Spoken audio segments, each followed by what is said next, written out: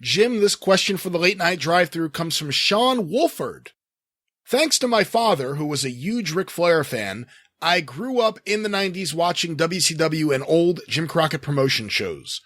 I came to love the rivalry between the Rock and Roll Express and the Midnight Express. Thanks to the WWE Network, I am able to catch up on events that my father did not have on VHS, including Starrcade 86. I rewatched it this past week, and it's funny that the show starts with a Tim Horner match. The match that intrigues me was the Skyscrapers match. I think you mean Skywalker's match. Yes. I've learned that you were afraid of heights. So how did Dusty talk you into getting on the scaffold? Were you and the Midnights and the Road Warriors able to rehearse some spots before the show started? Was the live event the first time everyone was up on the scaffold? Did you repeat the match on house show loops? Why did Big Bubba not catch you like he was supposed to? Oh, for God's sake, what is this, a fucking essay question? I'm sorry if you've talked about it before, and I missed it, but I find this story truly amazing. Well, we have many times, but hopefully now the folks here they'll be able to send this link out. Well, first of all, no, we didn't rehearse anything because we'd never seen the fucking thing set up in the building until, well, no, I tell a lie. Cause we saw the fucking thing when we did the goddamn, training video, supposedly. Bobby, get up there, or whatever the fuck. But when we got to the Omni and saw it set up in that ring, in that building with the whole setup, that's after we had been given that finish, right? Cause we just got to finish about 2 days beforehand. And Dusty didn't have to talk me into anything because he was the booker. This was what he wanted to do. Is it think you can do it, kid? I was like, yeah. Well, you say you just got the finish. You guys must have known what the finish was going to be, though. Well, I didn't know they were planning on me taking a fucking bump. The thing that we had, okay, let's back up. Chronologically, the Road Warriors and the Midnight were never in the same place at the same time with the scaffold until the Omni that night. So there was no rehearsal. The Road Warriors had done, actually, I think theirs was off the construction scaffold with the pumpkins, and then they went to Japan. They were in Japan for fucking a month. We got on the scaffold in the Charlotte Coliseum to do the supposed training video and the promo for it. But at the time, I still didn't know they wanted me to take that fucking bump. And the boys were looking at it like, holy fuck. And then 2 days beforehand, because Starcade was on Thursday, Thanksgiving night. So it's Tuesday. That's when Dusty called everybody in the office and gave them their Starcade finish. You never got a finish ahead of time before you got to the building in those days, except for Starcade. He called you in and you talked everything over 2 days beforehand so you could think about it, because this was a big deal. So then I was like, fuck. And for 2 days I had to think about, okay, how am I going to go over the side to make sure I don't lose my grip so that I hold on to the ladder underneath and I can have Animal hang on to my leg so I don't fall on my fucking head. And I'm trying to figure out how to do that. But we couldn't go out and practice it in the Omni because that was not allowed in those days because there were building personnel in the building. There was ushers that would come in beforehand. There was the concession people. People were walking around the Omni, so we would not have been allowed to go out there with the Road Warriors anyway. And basically, the Warriors, since Bobby and Dennis had both done it before with the rock and roll, said, God, you guys tell us what to fucking do. And Bobby and Dennis called it. And then I discussed with them, okay, Animal, when I drop down on my belly and start climbing over the side, grab my leg like you're trying to get me, but you're really holding me to keep me from killing myself until I get a grip. And then when I get the grip, I'll let you know by saying, inventively enough, let go of me, which will mean let go of me. See, it works both ways. Yeah, that's good. And originally, Dusty, I've told the story, wanted me to hang there and wanted Bobby and Dennis and Bubba to get down there and for me to kick my feet up, baby. Just kick your feet up, baby. And drop, and they catch me like they catch the cheerleaders at the football games. But when we got there and actually saw it put up like that, I said, I'll kill all of us. That's not possible. And Bobby, when he landed, he twisted his ankle anyway. So he's hobbling over there. So I'd seen the fucking TV special on the parachute jumpers. And when they land, they drop and they roll and they absorb a little of the impact and blah, blah, blah. So I told Bubba, I said, I'll just throw my arms out to the sides. And you're 6 inches taller than me and 100 pounds fucking heavier. if you just get your arms under my arms, when I land, let's drop and roll to the left. It'll look like it knocked us both down, but maybe it'll break some of my fall. And we went with that strategy because that's all we had, because elsewise I knew I was just going to fucking die. And then Bubba was waiting, and his comment was when I landed, of course, my head flies back, and you can see on the tape, I just hit my own head, but you can just see on the tape, my head flies back and hits his knee. So it kind of knocked me goofy for about 15, 20 seconds. I didn't realize what had fucking happened. But when I come to and I'm screaming in pain because my fucking knee is bent sideways, Bubba's like, Jimmy, you fell so fast. No fucking shit. And I'm screaming, but I'm screaming. I'm trying to scream, but it's coming out. Some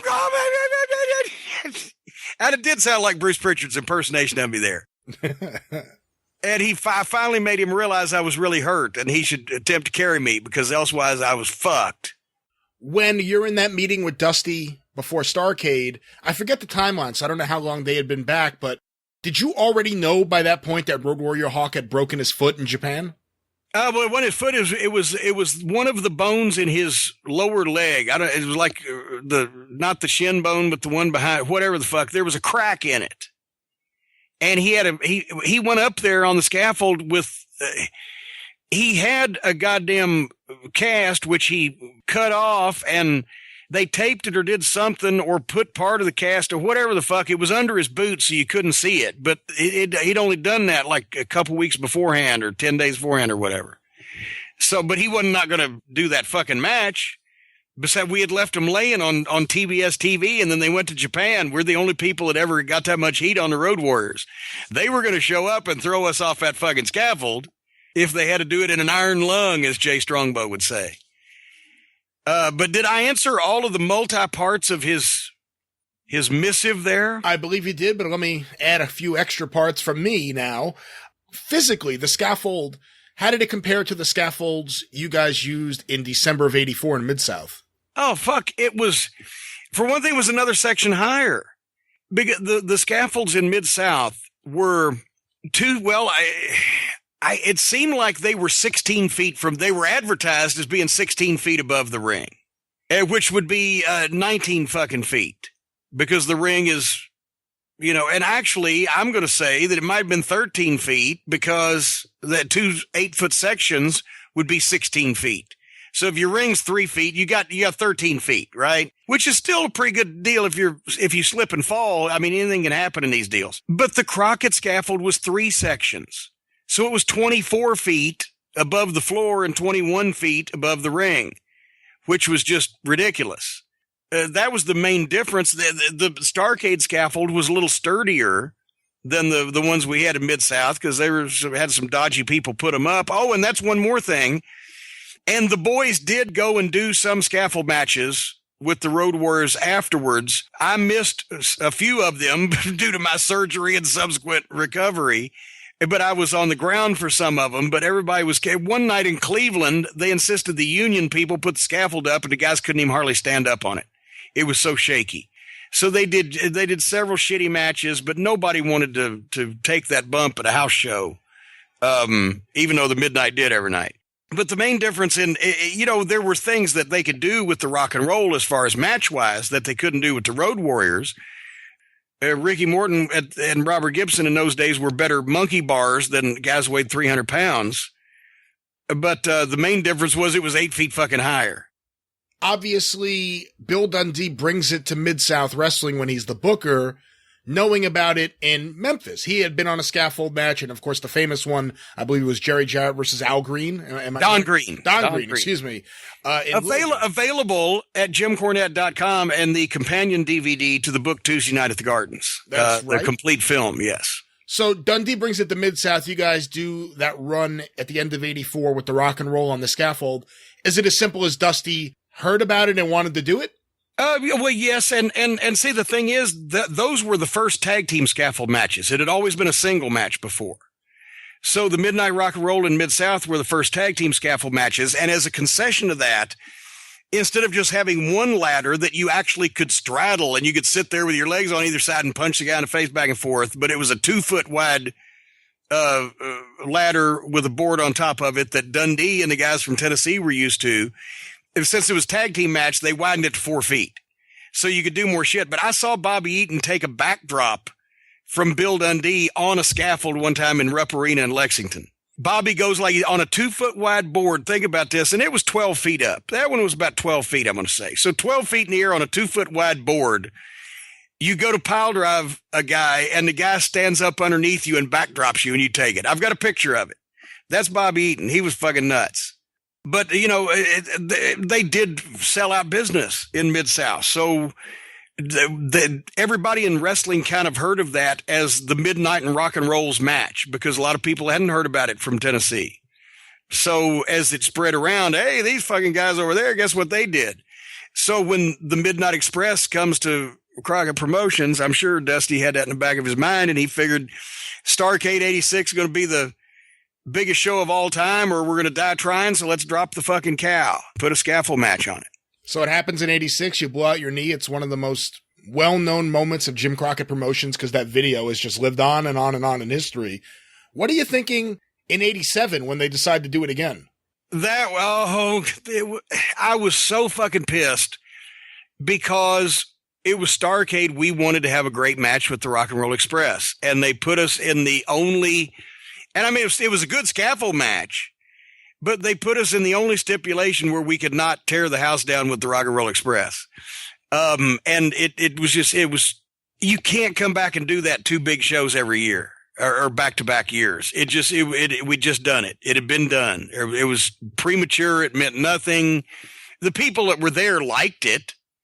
But no, that was not a good thing to do. But once it was Starcade, then the thing is, we made the same thing that year as we made for Starcade 86, and Starcade 86, the business was 3 times as big. So I think they just felt like, well, we put them up there, so we got to pay them what they're used to for doing it. And that's why Bubba gave his notice and went to the WWF, because he climbed up there also, and he only got $5,000 and we all got $10,000. So he got mad and investigated whether he could have a spot in the WWF, and that's when the Big Boss Man was born. At any point, did they insinuate or ask you directly to take another bump that year? No. They knew, because not only had I had the surgery on the knee and blown the ACL at Starrcade, but then in July that same year, I'd fucking tore the ACL in my other knee right before the Bash tour. So I just come off another scope, but I took 10 days off from that one, which was unheard of. So they knew there was no way I was jumping off that thing with 2 bad fucking knees. One last thing. Obviously, if we look at the matches with Dundee in Memphis, if we look at Mid-South in 84, Starrcade 86 and 87, and then I believe even Great American Bash 91, Bobby Eaton has easily been on more scaffolds than anyone else in the wrestling business. Have you ever talked to him about this? Like, how does he keep getting into these situations where we're going to have a scaffold match? Let's get the best bumper, the best high-flying wrestler we have and put him up there. Well, Bobby was in him in Tennessee just a couple of times because Dundee loved him. Because Dundee was like a fucking chimpanzee. He could fucking climb upside down and underneath, and he never got blown up, and he was all over the fucking thing, and he's fearless of heights, and he, balance is incredible. So a couple times he had him with Bobby, and then he took him because he liked him, and because if you promoted it right, as was witnessed by the series in Mid-South, they did draw huge. The first one was the Record House in Louisville Gardens for years. And so, Dundee just took him as booker and adapted him with two teams that he knew could carry it off. And it drew so well that same team then is asked to do him and goddamn it another company. But then the only reason Bobby was in the 91 Bash scaffold match with PN News, the grab the flag. Yes. The only reason he was in that one was just, I think, because he had actually had somewhat of a name for being in them. But that's, and also because Bobby's not going to say no to anything because he's that kind of guy.